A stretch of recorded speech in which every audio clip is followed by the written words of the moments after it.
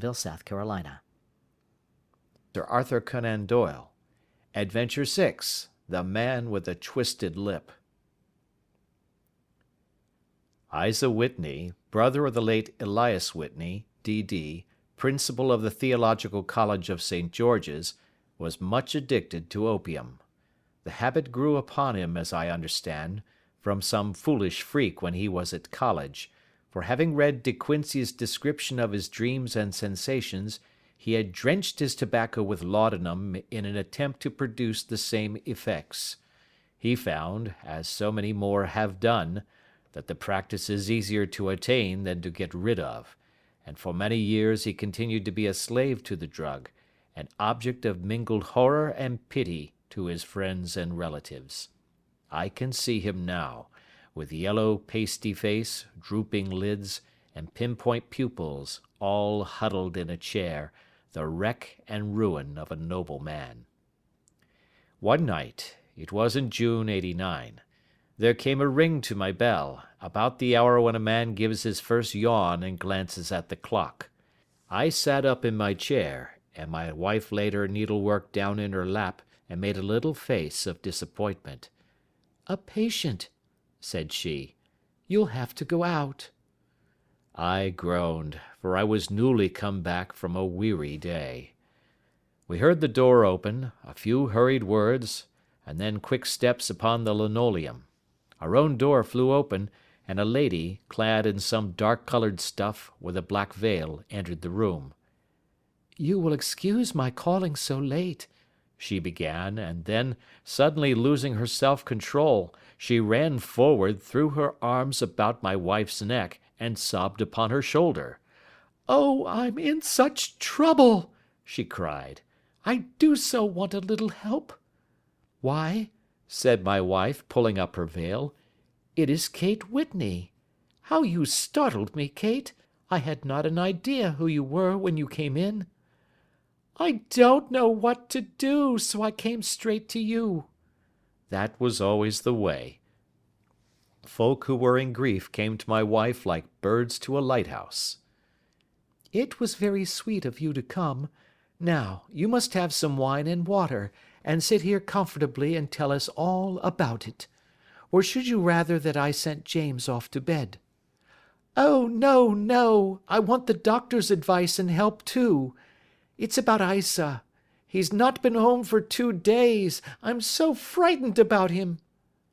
It was not the first time that she had spoken to us of her husband's trouble, to me as a doctor, to my wife as an old friend and school companion. We soothed and comforted her by such words as we could find. Did she know where her husband was? Was it possible that we could bring him back to her? It seems that it was. She had the surest information that of late he had, when the fit was on him, made use of an opium den in the farthest east of the city. Hitherto his orgies had always been confined to one day, and he had come back twitching and shattered in the evening. But now the spell had been upon him 48 hours, and he lay there, doubtless among the dregs of the docks, breathing in the poison or sleeping off the effects. There he was to be found, she was sure of it, at the Bar of Gold, in Upper Swandam Lane. But what was she to do? How could she, a young and timid woman, make her way into such a place and pluck her husband out from among the ruffians who surrounded him? There was the case, and of course there was but one way out of it. Might I not escort her to this place? And then, as a second thought, why should she come at all? I was Isa Whitney's medical adviser, and as such I had influence over him. I could manage it better if I were alone. I promised her on my word that I would send him home in a cab within 2 hours, if he were indeed at the address which she had given me. And so in 10 minutes I had left my armchair and cheery sitting-room behind me, and was speeding eastward in a hansom on a strange errand, as it seemed to me at the time, though the future only could show how strange it was to be. But there was no great difficulty in the first stage of my adventure. Upper Swandam Lane is a vile alley lurking behind the high wharves which line the north side of the river to the east of London Bridge. Between a slop shop and a gin shop, approached by a steep flight of steps leading down to a black gap like the mouth of a cave, I found the den of which I was in search. Ordering my cab to wait, I passed down the steps, worn hollow in the centre by the ceaseless tread of drunken feet, and by the light of a flickering oil lamp above the door I found the latch and made my way into a long, low room, thick and heavy with the brown opium smoke, and terraced with wooden berths like the forecastle of an emigrant ship. Through the gloom one could dimly catch a glimpse of bodies lying in strange, fantastic poses, bowed shoulders, bent knees, heads thrown back, and chins pointing upward, with here and there a dark, lacklustre eye turned upon the newcomer. Out of the black shadows there glimmered little red circles of light, now bright, now faint, as the burning poison waxed or waned in the bowls of the metal pipes. The most lay silent, but some muttered to themselves, and others talked together in a strange, low, monotonous voice, their conversation coming in gushes, and then suddenly tailing off into silence, each mumbling out his own thoughts and paying little heed to the words of his neighbour. At the farther end was a small brazier of burning charcoal, beside which, on a three-legged wooden stool, there sat a tall, thin old man, with his jaw resting upon his two fists and his elbows upon his knees, staring into the fire. As I entered, a sallow Malay attendant had hurried up with a pipe for me and a supply of the drug, beckoning me to an empty berth. "Thank you, I have not come to stay," said I. "There is a friend of mine here, Mr. Isa Whitney, and I wish to speak with him." There was a movement and an exclamation from my right, and peering through the gloom, I saw Whitney, pale, haggard, and unkempt, staring out at me. "My God, it's Watson!" said he. He was in a pitiable state of reaction, with every nerve in a twitter. "I say, Watson, what o'clock is it?" "Nearly 11. "Of what day?" "Of Friday, June 19th. "Good heavens, I thought it was Wednesday." "It is Wednesday. What do you want to frighten a chap for?" He sank his face onto his arms and began to sob in a high treble key. "I tell you that it is Friday, man. Your wife has been waiting this 2 days for you. You should be ashamed of yourself." "So I am. But you've got mixed, Watson, for I have only been here a few hours. 3 pipes, 4 pipes, I forget how many. But I'll go home with you. I wouldn't frighten Kate, poor little Kate. Give me your hand. Have you a cab?" "Yes, I have one waiting." "Then I shall go in it. But I must owe something. Find what I owe, Watson. I am all off colour.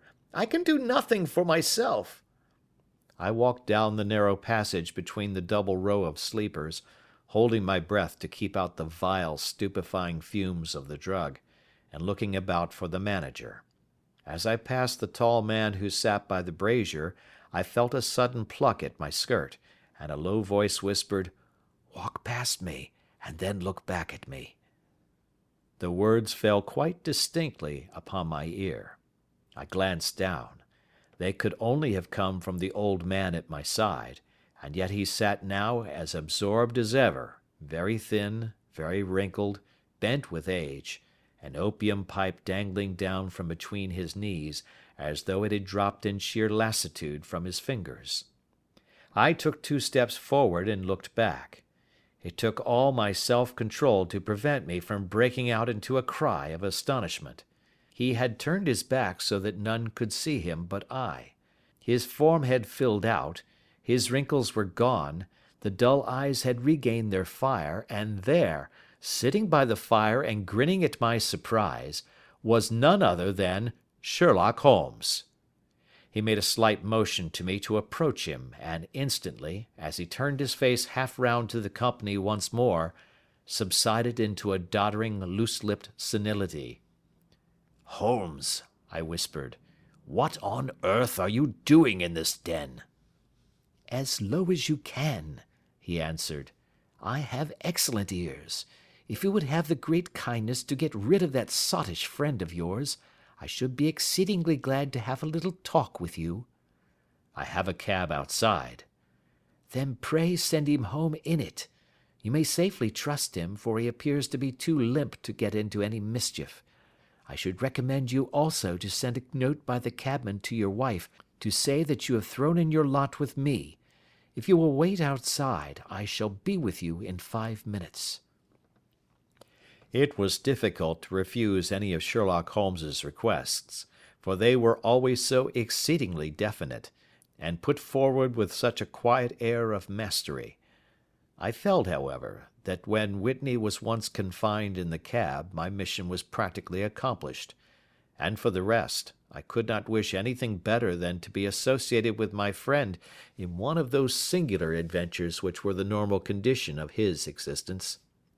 In a few minutes I had written my note, paid Whitney's bill, led him out to the cab, and seen him driven through the darkness.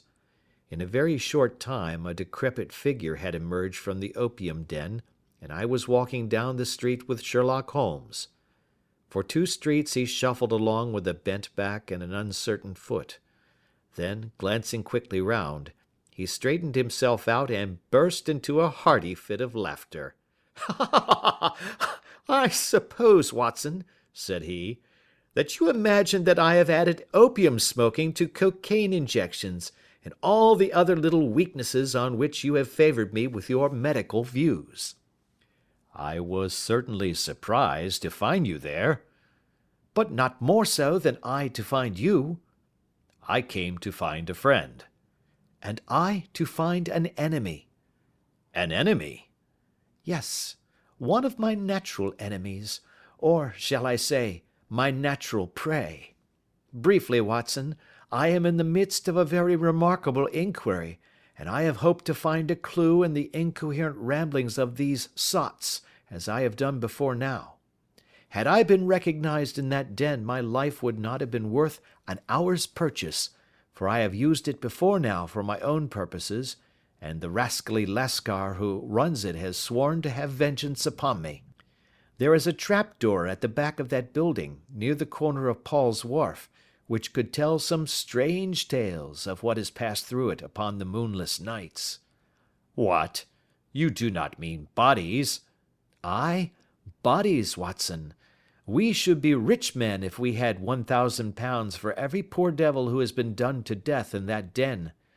It is the vilest murder trap on the whole riverside, and I fear that Neville St. Clair has entered it never to leave it more. But our trap should be here." He put his 2 forefingers between his teeth and whistled shrilly, a signal which was answered by a similar whistle from the distance, followed shortly by the rattle of wheels and the clink of horses' hoofs. "Now, Watson," said Holmes, as a tall dog-cart dashed up through the gloom, throwing out 2 golden tunnels of yellow light from its side lanterns, "you'll come with me, won't you?" "If I can be of use." "Oh, a trusty comrade is always of use, and a chronicler still more so. My room at the Cedars is a double-bedded one." "The Cedars?" "Yes, that is Mr. St. Clair's house. I am staying there while I conduct the inquiry." "Where is it, then?" "Near Lee, in Kent. We have a 7-mile drive before us." "But I am all in the dark." "Of course you are. You'll know all about it presently. Jump up here. All right, John, we shall not need you. Here's £50. Look out for me tomorrow about 11. Give her head. So long, then." He flicked the horse with his whip, and we dashed away through the endless succession of sombre and deserted streets, which widened gradually, until we were flying across a broad balustraded bridge, with the murky river flowing sluggishly beneath us. Beyond lay another dull wilderness of bricks and mortar, its silence broken only by the heavy, regular footfall of the policemen, or the songs and shouts of some belated party of revellers. A dull wrack was drifting slowly across the sky, and a star or 2 twinkled dimly here and there through the rifts of the clouds. Holmes drove in silence, with his head sunk upon his breast, and the air of a man who is lost in thought, while I sat beside him, curious to learn what this new quest might be which seemed to tax his powers so sorely, and yet afraid to break in upon the current of his thoughts. We had driven several miles, and were beginning to get to the fringe of the belt of suburban villas, when he shook himself, shrugged his shoulders, and lit up his pipe with the air of a man who has satisfied himself that he is acting for the best. "You have a grand gift of silence, Watson," said he. "It makes you quite invaluable as a companion. 'Pon my word, it is a great thing for me to have someone to talk to, for my own thoughts are not over pleasant. I was wondering what I should say to this dear little woman to-night when she meets me at the door." "You forget that I know nothing about it." "I shall just have time to tell you the facts of the case before we get to Lee. It seems absurdly simple, and yet, somehow I can get nothing to go upon. There's plenty of thread, no doubt, but I can't get the end of it into my hand. Now, I'll state the case clearly and concisely to you, Watson, and maybe you can see a spark where all is dark to me." "Proceed, then." "Some years ago, to be definite, in May 1884, there came to Lee a gentleman, Neville St. Clair by name, who appeared to have plenty of money. He took a large villa, laid out the grounds very nicely, and lived generally in good style. By degrees he made friends in the neighbourhood, and in 1887 he married the daughter of a local brewer, by whom he now has 2 children. He had no occupation, but was interested in several companies, and went into town, as a rule, in the morning, returning by the 5:14 from Cannon Street every night. Mr. St. Clair is now 37 years of age, is a man of temperate habits, a good husband, a very affectionate father, and a man who is popular with all who know him. I may add that his whole debts at the present moment, as far as we have been able to ascertain, amount to £88 10s, while he has £220 standing to his credit in the Capital and Counties Bank. There is no reason, therefore, to think that money troubles have been weighing upon his mind. Last Monday Mr. Neville St. Clair went into town rather earlier than usual, remarking before he started that he had 2 important commissions to perform, and that he would bring his little boy home a box of bricks. Now, by the merest chance, his wife received a telegram upon this same Monday, very shortly after his departure, to the effect that a small parcel of considerable value which she had been expecting was waiting for her at the offices of the Aberdeen Shipping Company. Now, if you are well up in your London, you will know that the office of the company is in Fresno Street, which branches out of Upper Swandam Lane, where you found me to-night. Mrs. St. Clair had her lunch, started for the city, did some shopping, proceeded to the company's office, got her packet, and found herself at exactly 4:35 walking through Swandam Lane on her way back to the station. Have you followed me so far?" "It is very clear." "If you remember, Monday was an exceedingly hot day, and Mrs. St. Clair walked slowly, glancing about in the hope of seeing a cab, as she did not like the neighbourhood in which she found herself. While she was walking in this way down Swandam Lane, she suddenly heard an ejaculation or cry, and was struck cold to see her husband looking down at her and, as it seemed to her, beckoning to her from a second-floor window. The window was open, and she distinctly saw his face, which she describes as being terribly agitated. He waved his hands frantically to her, and then vanished from the window so suddenly that it seemed to her that he had been plucked back by some irresistible force from behind. One singular point, which struck her quick feminine eye, was that although he wore some dark coat, such as he had started to town in, he had on neither collar nor necktie. Convinced that something was amiss with him, she rushed down the steps, for the house was none other than the opium den in which you found me tonight, and running through the front room, she attempted to ascend the stairs which led to the first floor. At the foot of the stairs, however, she met this Lascar scoundrel of whom I have spoken, who thrust her back, and, aided by a Dane, who acts as assistant there, pushed her out into the street. Filled with most maddening doubts and fears, she rushed down the lane, and by rare good fortune, met in Fresno Street a number of constables with an inspector, all on their way to their beat. The inspector and 2 men accompanied her back, and in spite of the continued resistance of the proprietor, they made their way to the room in which Mr. St. Clair had last been seen. There was no sign of him there. In fact, in the whole of that floor, there was no one to be found save a crippled wretch of hideous aspect, who, it seems, made his home there. Both he and the Lascar stoutly swore that no one else had been in the front room during the afternoon. So determined was their denial that the inspector was staggered, and had almost come to believe that Mrs. St. Clair had been deluded when, with a cry, she sprang at a small deal box which lay upon the table, and tore the lid from it.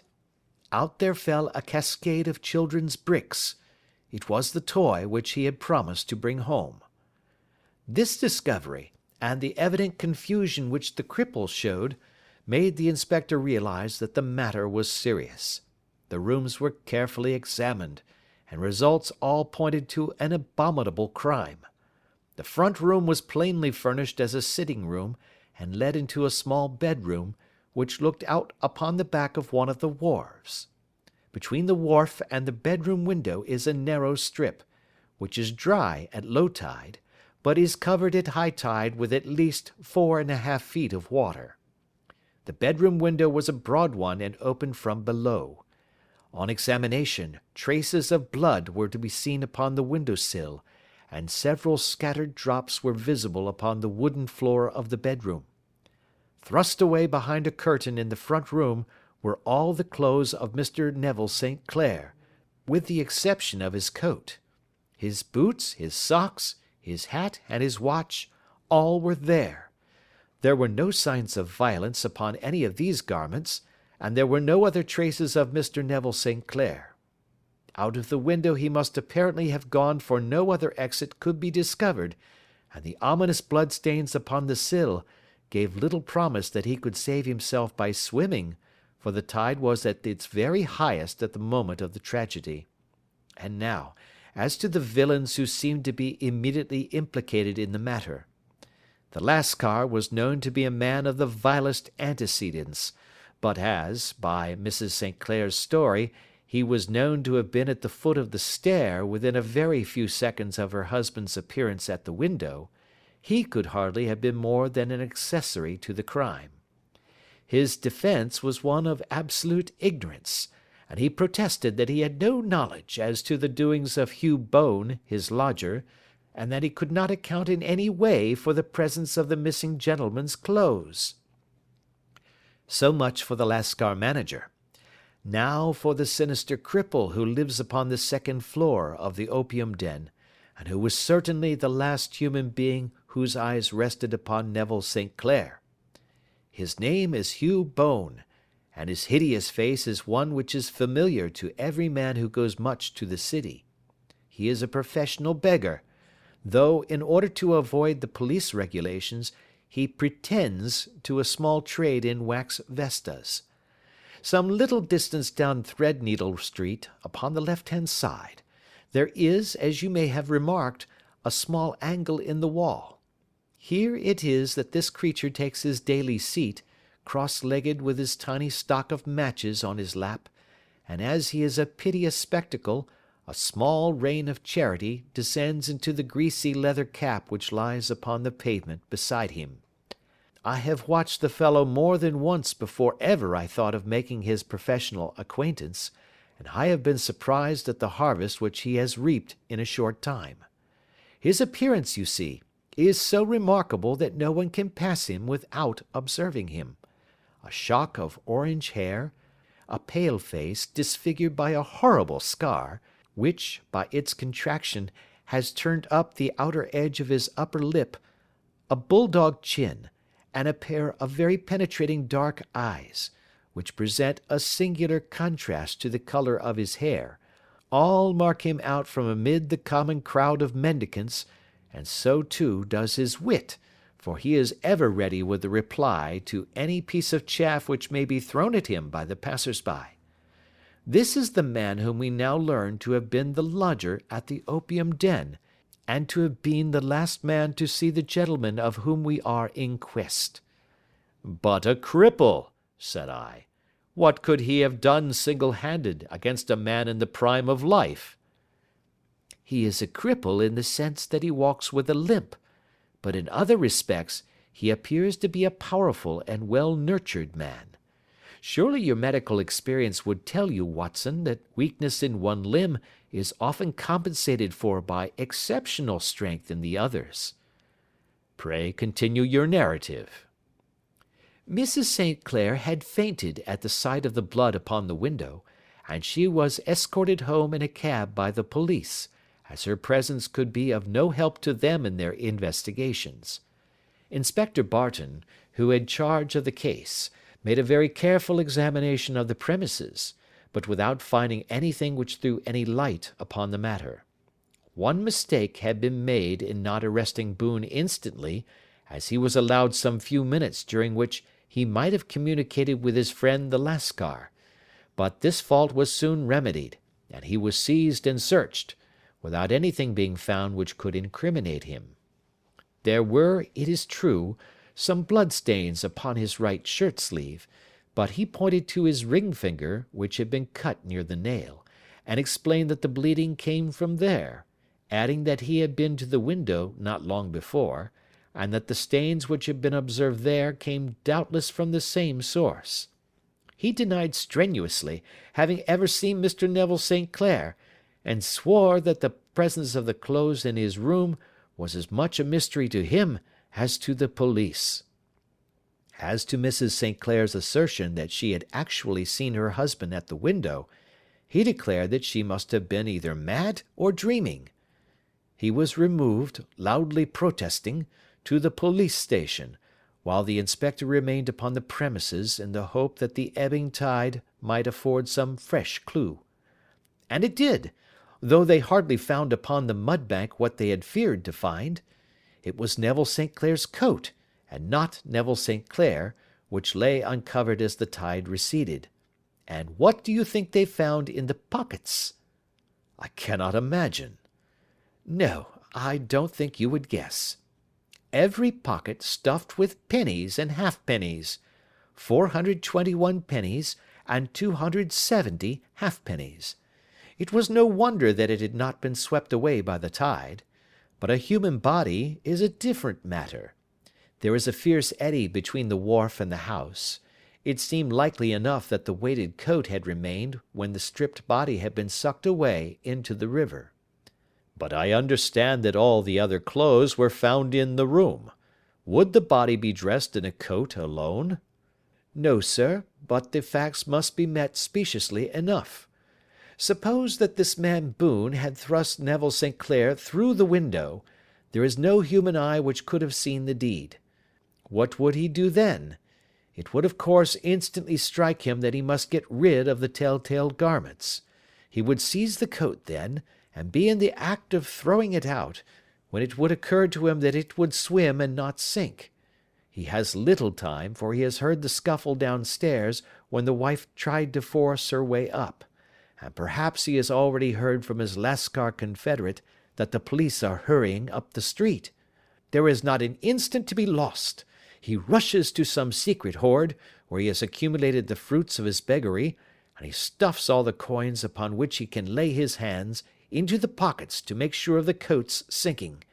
He throws it out, and would have done the same with the other garments had not he heard the rush of steps below, and only just had time to close the window when the police appeared. It certainly sounds feasible.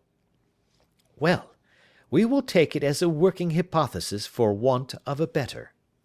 Boone, as I have told you, was arrested and taken to the station, but it could not be shown that there had ever before been anything against him. He had for years been known as a professional beggar, but his life appeared to have been a very quiet and innocent one. There the matter stands at present, and the questions which have to be solved. What Neville St. Clair was doing in the opium den, what happened to him when there, where he is now, and what Hugh Boone had to do with his disappearance, are all as far from a solution as ever. I confess that I cannot recall any case within my experience which looked at the first glance so simple, and yet which presented such difficulties. While Sherlock Holmes had been detailing this singular series of events, we had been whirling through the outskirts of the great town until the last straggling houses had been left behind, and we rattled along with a country hedge upon either side of us. Just as he finished, however, we drove through 2 scattered villages, where a few lights still glimmered in the windows. "We are on the outskirts of Lee," said my companion. "We have touched on 3 English counties in our short drive, starting in Middlesex, passing over an angle of Surrey, and ending in Kent.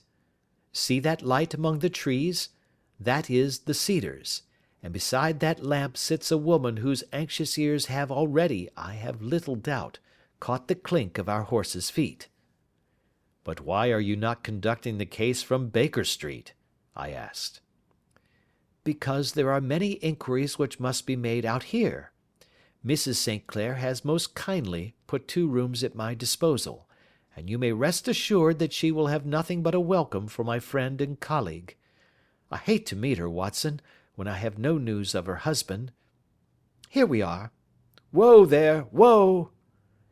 We had pulled up in front of a large villa which stood within its own grounds. A stable boy had run out to the horse's head, and springing down, I followed Holmes up the small, winding gravel drive which led to the house. As we approached, the door flew open, and a little blonde woman stood in the opening, clad in some sort of light mousseline de sole, with a touch of fluffy pink chiffon at her neck and wrists. She stood with her figure outlined against the flood of light, one hand upon the door, one half raised in her eagerness, her body slightly bent, her head and face protruded, with eager eyes and parted lips, a standing question. "Well?" she cried. "Well?" And then, seeing that there were 2 of us, she gave a cry of hope, which sank into a groan as she saw that my companion shook his head and shrugged his shoulders. "No good news?" "None." "No bad?" "No." "Thank God for that. But come in. You must be weary, for you have had a long day. This is my friend Dr. Watson.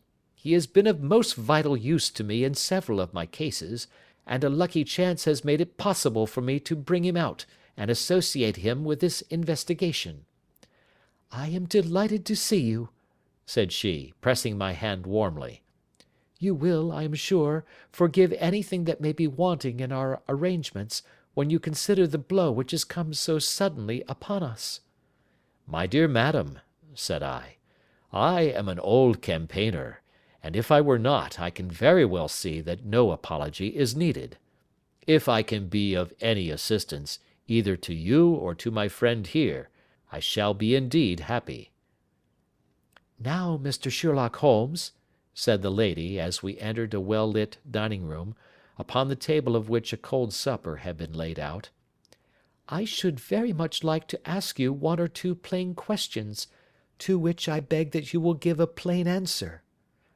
"Certainly, madam." "Do not trouble about my feelings.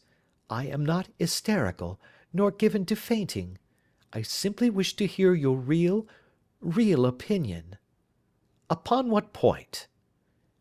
"In your heart of hearts, do you think that Neville is alive?" Sherlock Holmes seemed to be embarrassed by the question. "Frankly now," she repeated, standing upon the rug and looking keenly down at him as he leaned back in a basket chair. "Frankly, then, madam, I do not." "You think that he is dead?" "I do." "Murdered?" I don't say that. Perhaps. And on what day did he meet his death? On Monday. Then perhaps, Mr. Holmes, you will be good enough to explain how it is that I have received a letter from him to-day. Sherlock Holmes sprang out of his chair as if he had been galvanized. "What?" he roared. Yes, to-day. She stood smiling, holding up a little slip of paper in the air. "May I see it?" Certainly. He snatched it from her in his eagerness, and smoothing it out upon the table, he drew over the lamp and examined it intently. I had left my chair and was gazing at it over his shoulder.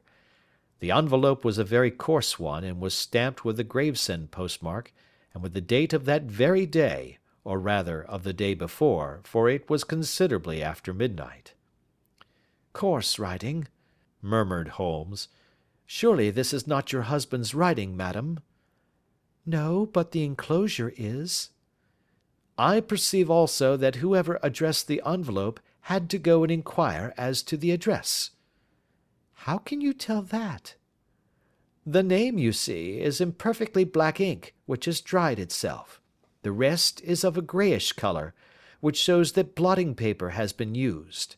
If it had been written straight off and then blotted, none would be of a deep black shade. This man has written the name, and there has then been a pause before he wrote the address, which can only mean that he was not familiar with it. It is, of course, a trifle, but there is nothing so important as trifles. Now, let us now see the letter. Ha! There has been an enclosure here. Yes, there was a ring, his signet ring. And you are sure that this is your husband's hand? One of his hands. One? His hand when he wrote hurriedly. It is very unlike his usual writing, and yet I know it well. Dearest, do not be frightened. All will come well.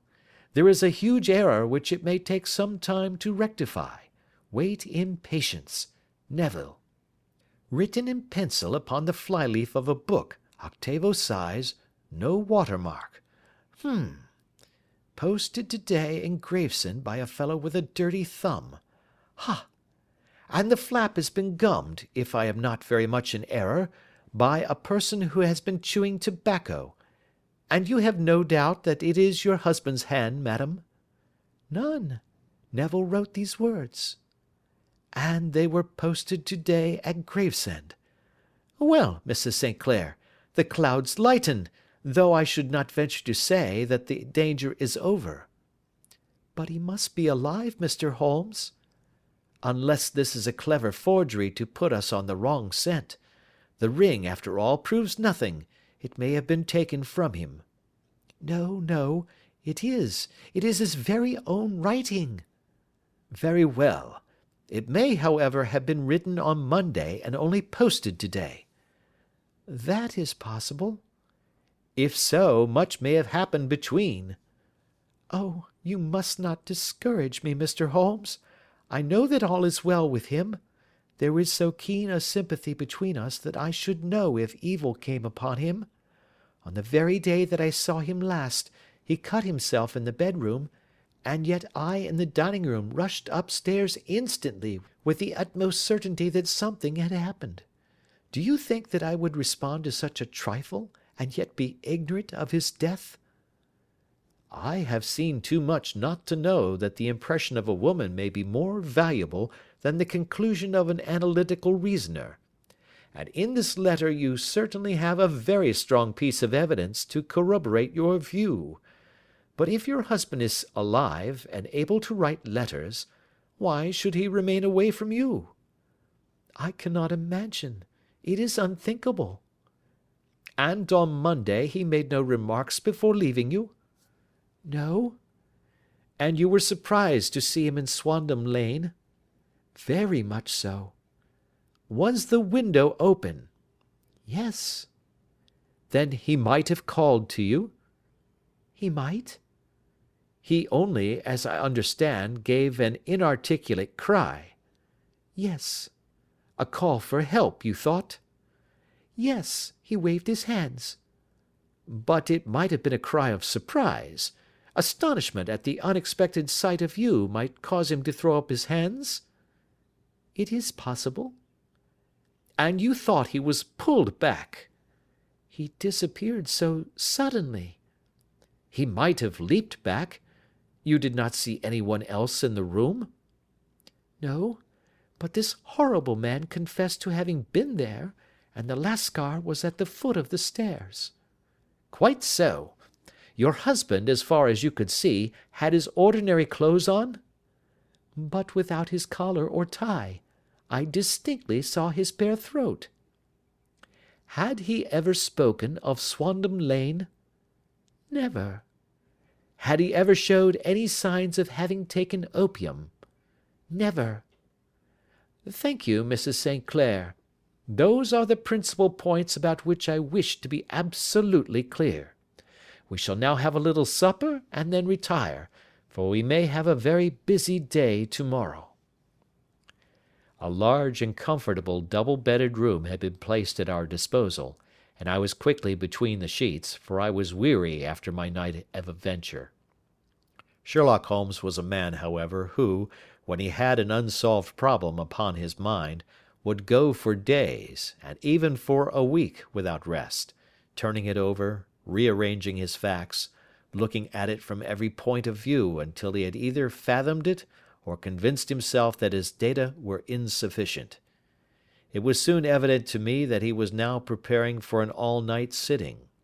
He took off his coat and waistcoat, put on a large blue dressing-gown, and then wandered about the room collecting pillows from his bed and cushions from the sofa and armchairs.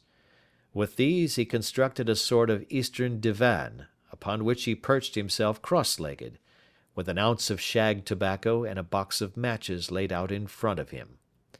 In the dim light of the lamp I saw him sitting there, an old briar pipe between his lips, his eyes fixed vacantly upon the corner of the ceiling, the blue smoke curling up from him, silent, motionless, and the light shining upon his strong-set aquiline features.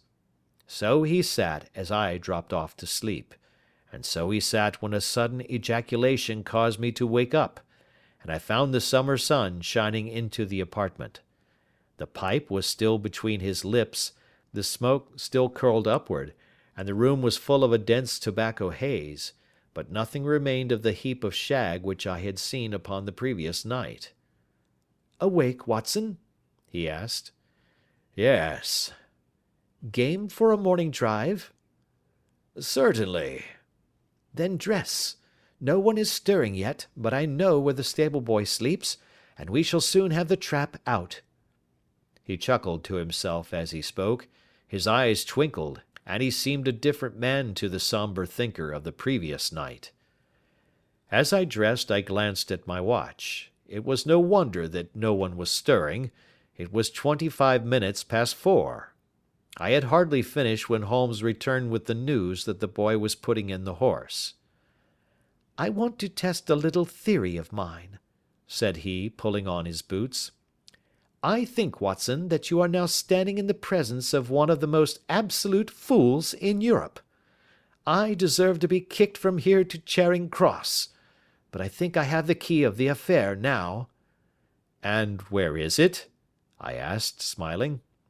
"In the bathroom," he answered. "Oh yes, I am not joking," he continued, seeing my look of incredulity. "I have just been there, and I have taken it out, and I have got it in this Gladstone bag. Come on, my boy, and we shall see whether it will fit the lock."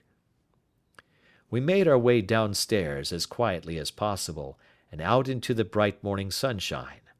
In the road stood our horse and trap, with the half-clad stable-boy waiting at the head. We both sprang in, and away we dashed down the London road. A few country carts were stirring, bearing in vegetables to the metropolis, but the lines of villas on either side were as silent and lifeless as some city in a dream. "It has been in some points a singular case," said Holmes, flicking the horse on into a gallop. "I confess that I have been as blind as a mole, but it is better to learn wisdom late than never to learn it at all." In town, the earliest risers were just beginning to look sleepily from their windows as we drove through the streets of the Surrey side. Passing down the Waterloo Bridge Road, we crossed over the river, and dashing up Wellington Street, wheeled sharply to the right and found ourselves in Bow Street. Sherlock Holmes was well known to the force, and the two constables at the door saluted him.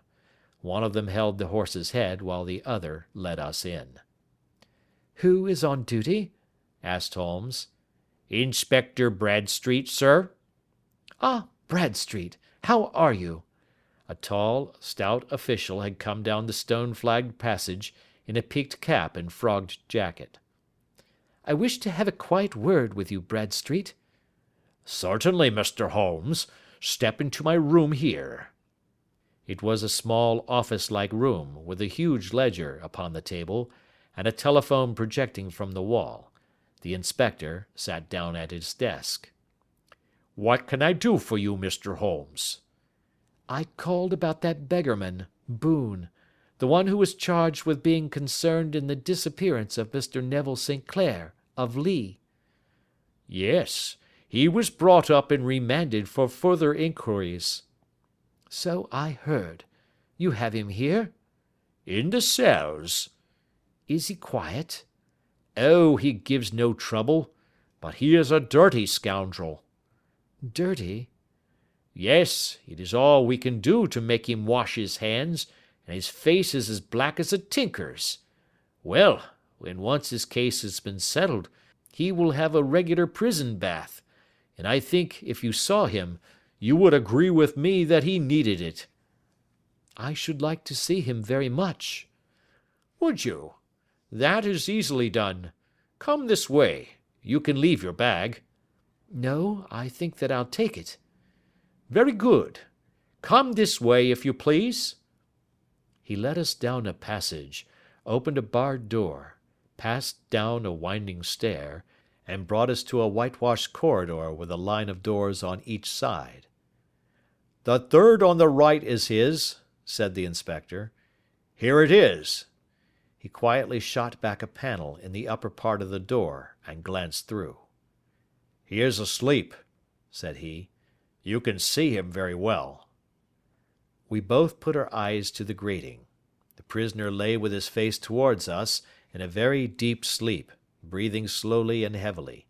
He was a middle-sized man, coarsely clad as became his calling, with a coloured shirt protruding through the rent in his tattered coat. He was, as the inspector had said, extremely dirty, but the grime which covered his face could not conceal its repulsive ugliness.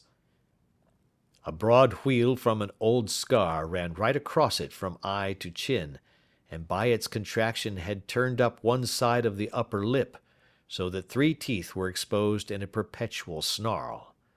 A shock of very bright red hair grew low over his eyes and forehead. "He's a beauty, isn't he?" said the inspector. "He certainly needs a wash," remarked Holmes. "I had an idea that he might, and I took the liberty of bringing the tools with me." He opened the Gladstone bag as he spoke, and took out, to my astonishment, a very large bath sponge. "Ha! You are a funny one," chuckled the inspector.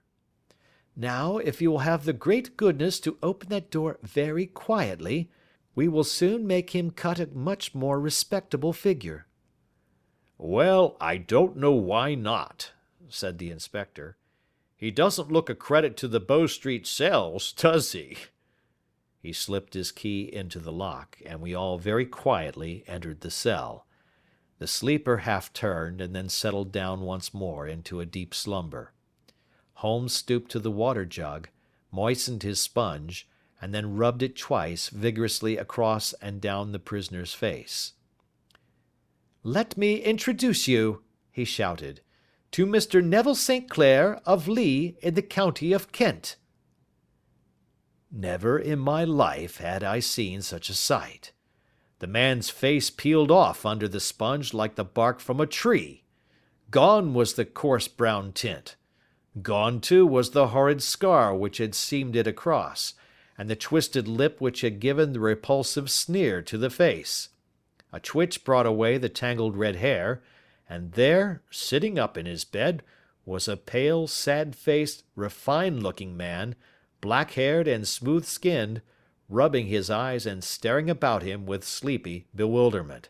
Then suddenly realizing the exposure, he broke into a scream and threw himself down with his face to the pillow. "Good heavens!" cried the inspector. "It is indeed the missing man. I know him from the photograph." The prisoner turned with the reckless air of a man who abandons himself to his destiny. "Be it so," said he. "And pray, what am I charged with?" "With making away with Mr. Neville St. Oh, come, you can't be charged with that unless they make a case of attempted suicide of it," said the inspector with a grin. "Well, I've been 27 years in the force, but this takes the cake."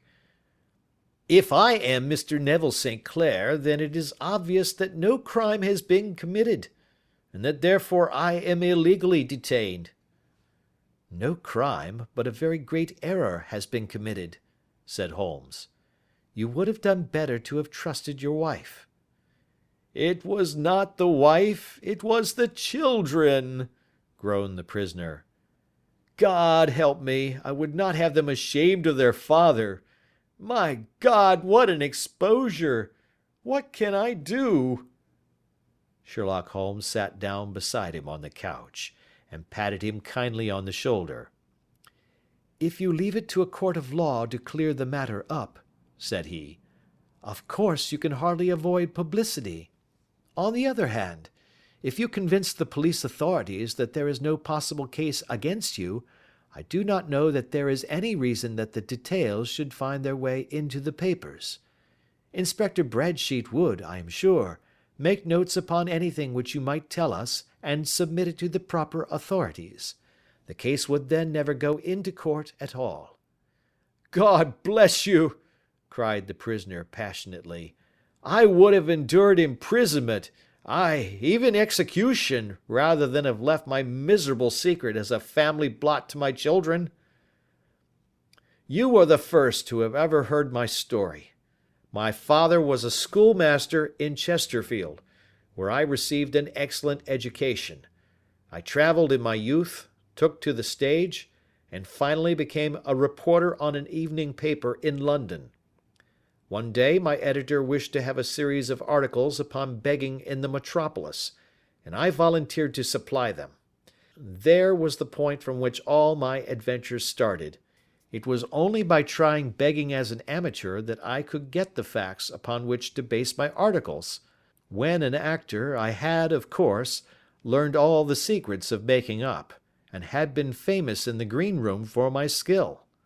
I took advantage now of my attainments. I painted my face, and to make myself as pitiable as possible, I made a good scar and fixed one side of my lip in a twist by the aid of a small slip of flesh-colored plaster. Then, with a red head of hair and an appropriate dress, I took my station in the business part of the city, ostensibly as a match-seller, but really as a beggar. For 7 hours I plied my trade, and when I returned home in the evening, I found to my surprise that I had received no less than 26 shillings 4 pence.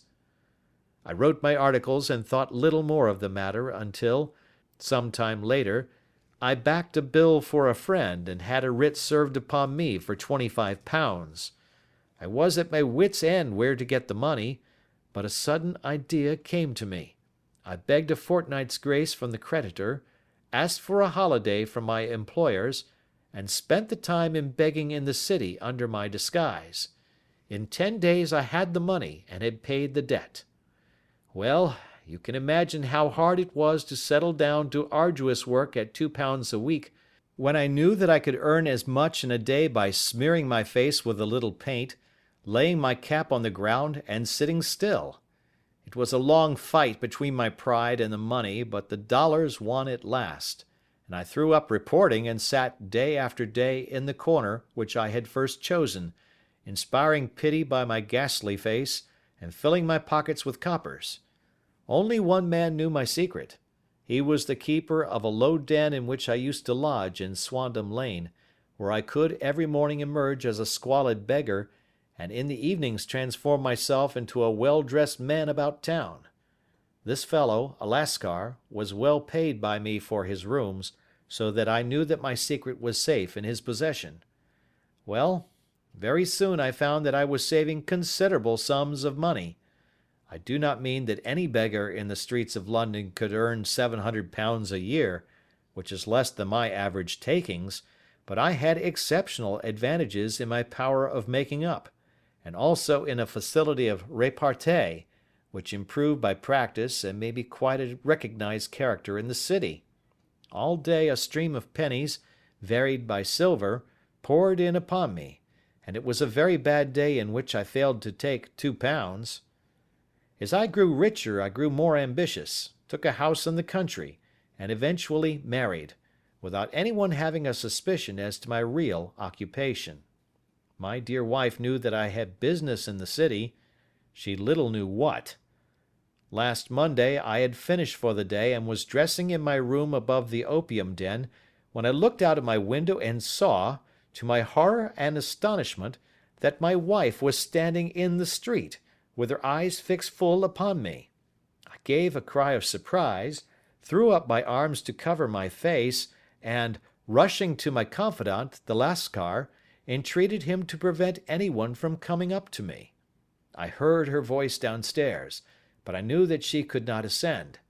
Swiftly I threw off my clothes, pulled on those of a beggar, and put on my pigments and wig. Even a wife's eyes could not pierce so complete a disguise. But then it occurred to me that there might be a search in the room, and that the clothes might betray me.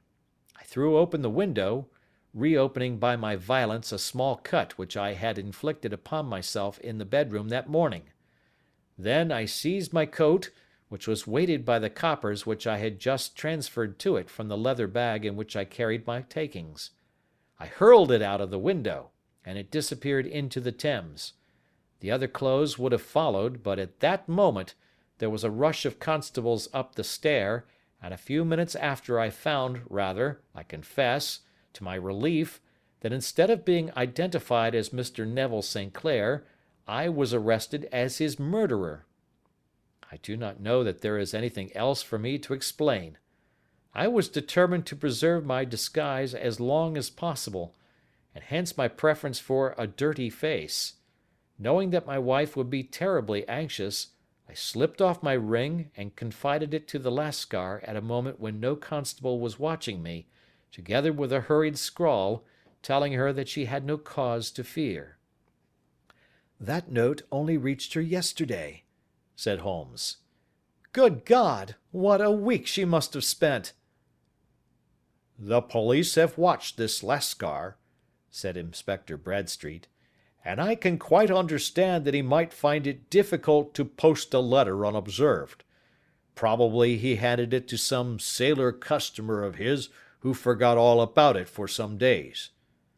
"That was it," said Holmes, nodding approvingly. "I have no doubt of it. But have you never been prosecuted for begging?" "Many times. But what was a fine to me?" "It must stop here, however," said Bradstreet. "If the police are to hush this thing up, there must be no more of Hugh Boone."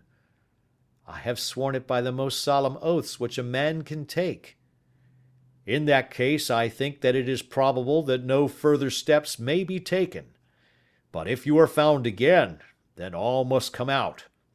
I am sure, Mr. Holmes, that we are very much indebted to you for having cleared the matter up. I wish I knew how you reach your results." "I reach this one," said my friend, "by sitting upon 5 pillows and consuming an ounce of shag. I think, Watson, that if we drive to Baker Street we shall be just in time for breakfast." End of Adventure 6.